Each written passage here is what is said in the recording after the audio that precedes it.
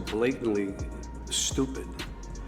He's a punk, he's a dog, he's a pig, he's a con, a bullshit artist, a mutt who doesn't know what he's talking about, doesn't do his homework, doesn't care, thinks he's gaming society, doesn't pay his taxes. He's an idiot. Colin Powell said it best. He's a national disaster. He's an embarrassment to this country. It makes me so angry. That was Robert De Niro, two-time Academy Award winner, a titan of Hollywood, standing center stage, eyes locked on the lens, delivering one of the most scathing on-air monologues in recent memory. And within mere hours, Donald Trump snapped. What unfolded next wasn't just backlash, it was a cultural firestorm.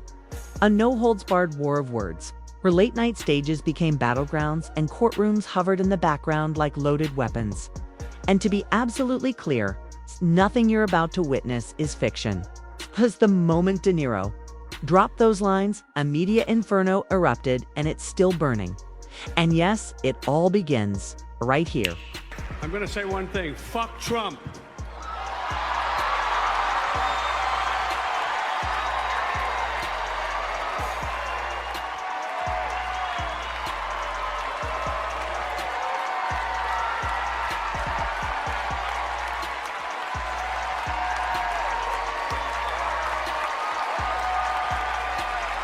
It's no longer down with Trump, it's fuck Trump. On national television, Robert De Niro didn't hold back. He didn't dance around the issue or offer polite criticism. He launched a verbal assault. He called Donald Trump a clown, a con artist, a disgrace to the nation. But this wasn't just petty name-calling. Every word carried the weight of a country on edge.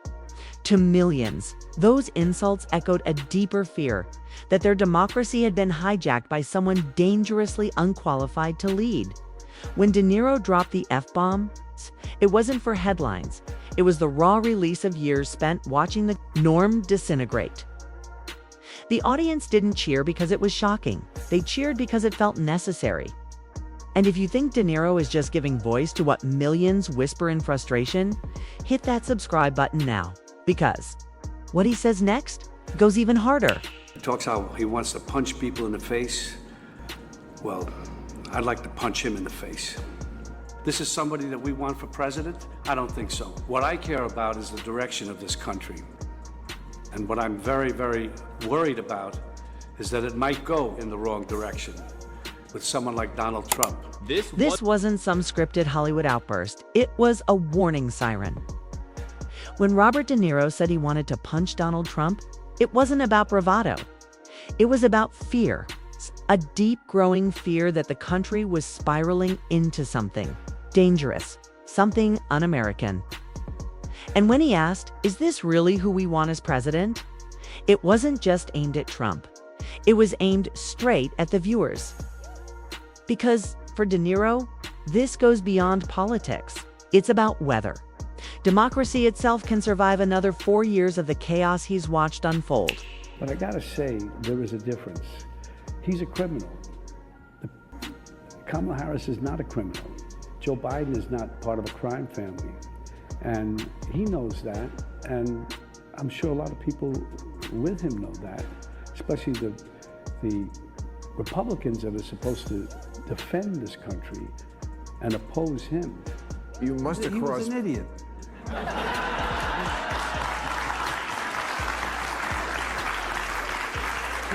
He was a clown. He was a clown in New York.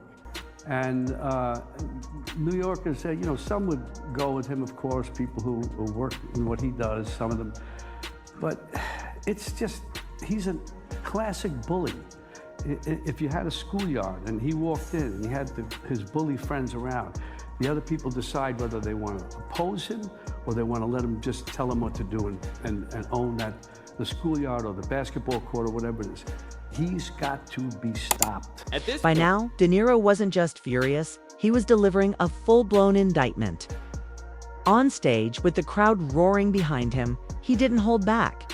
Trump wasn't just a clown, he was a criminal, a bully who turned American politics into a chaotic playground. And not the kind anyone wants to play in.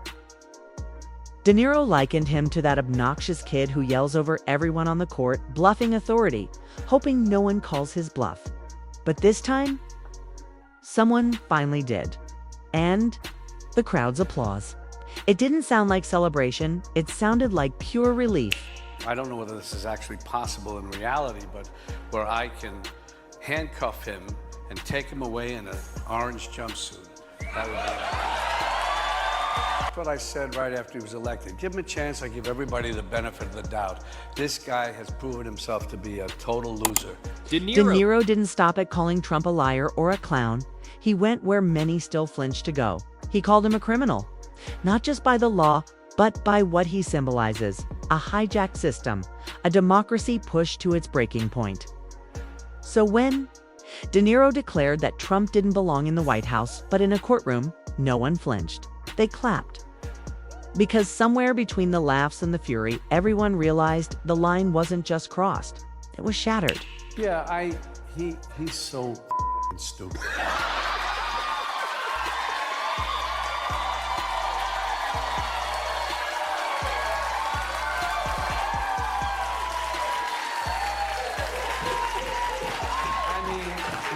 Look at the lame, inane things that he said. He's so stupid, he can't even say anything clever or smart. He's a moron.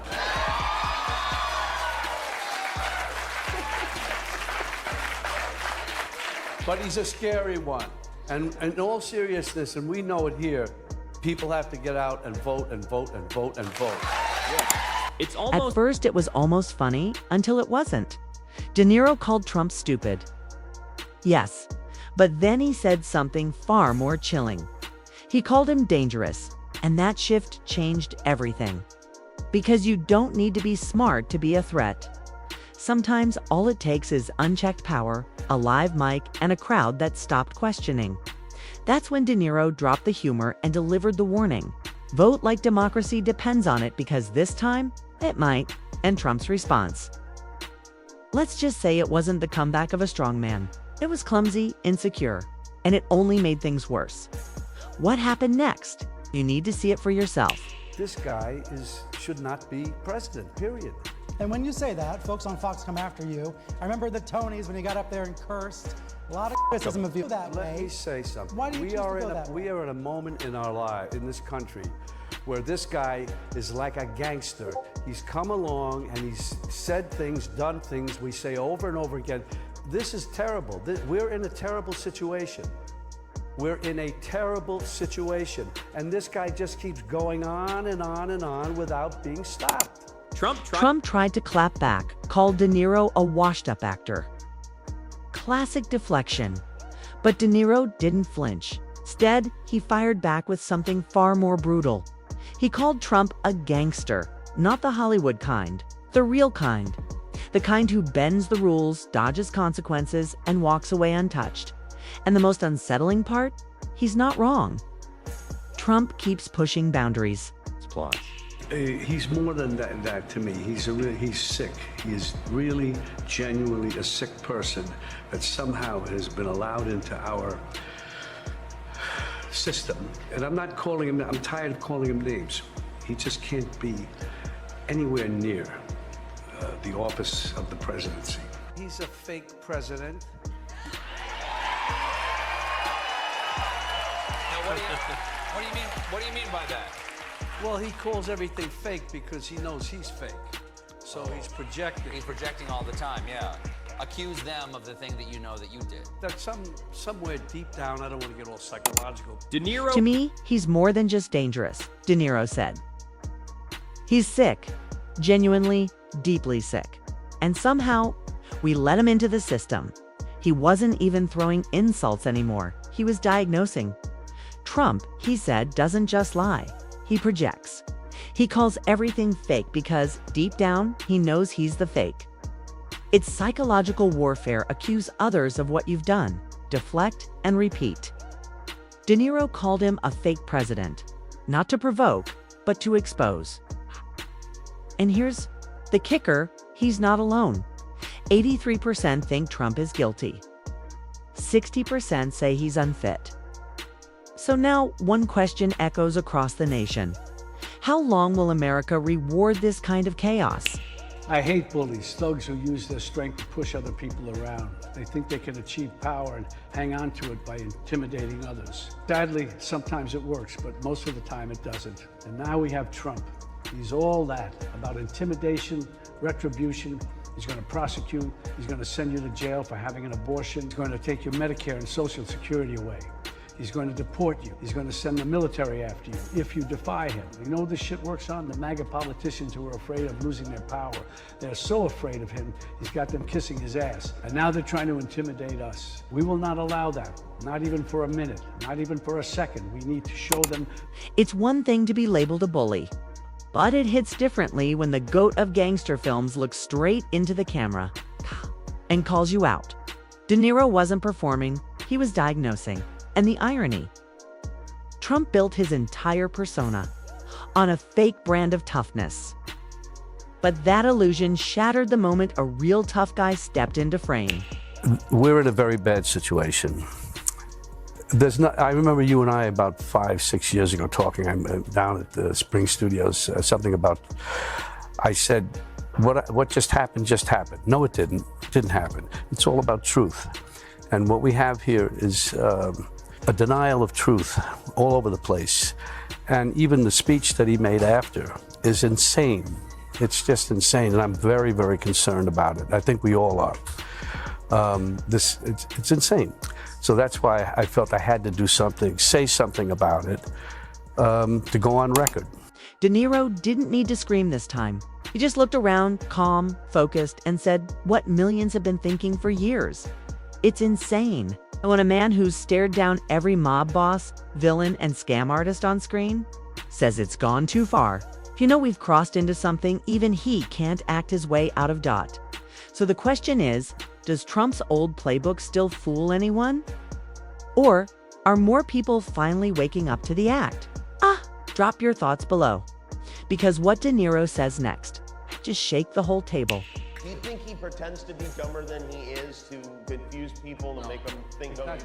No, I don't think so. Why do you think, I'm curious why you would guess that there's a big group of people in this country who believe that he cares about them? I am totally dumbfounded, baffled by that. I can't understand it. And it's a thing that we've seen over decades and decades. He's a what's it, Tammy Faye and the other one? Yes. Same thing, give us your money. We're gonna save you. Yeah, televangelist. It's just the same thing, and it's so obvious. I just don't understand. Well, I don't know. It's just that people like the outlaw type thing, except we have a wannabe gangster in the White House now. There are certain, even gangsters have morals. And they have ethics. They have a code. Maybe not more code. A code. They have a code. And when you give somebody your word, it's your word because that's all you have is your word. Right. Especially in that world. This guy, he doesn't. In my country, we're fighting like hell for the democracy we once took for granted. That affects all of us. That affects all of us here because the arts are democratic. Art is inclusive. It brings people together. Like tonight, art looks for truth. Art embraces diversity. And that's why art is a threat. That's why we are a threat to autocrats and fascists.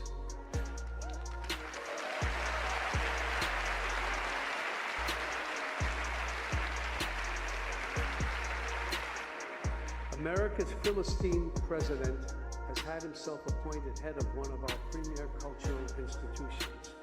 He has cut funding and support to the arts, humanities, and education.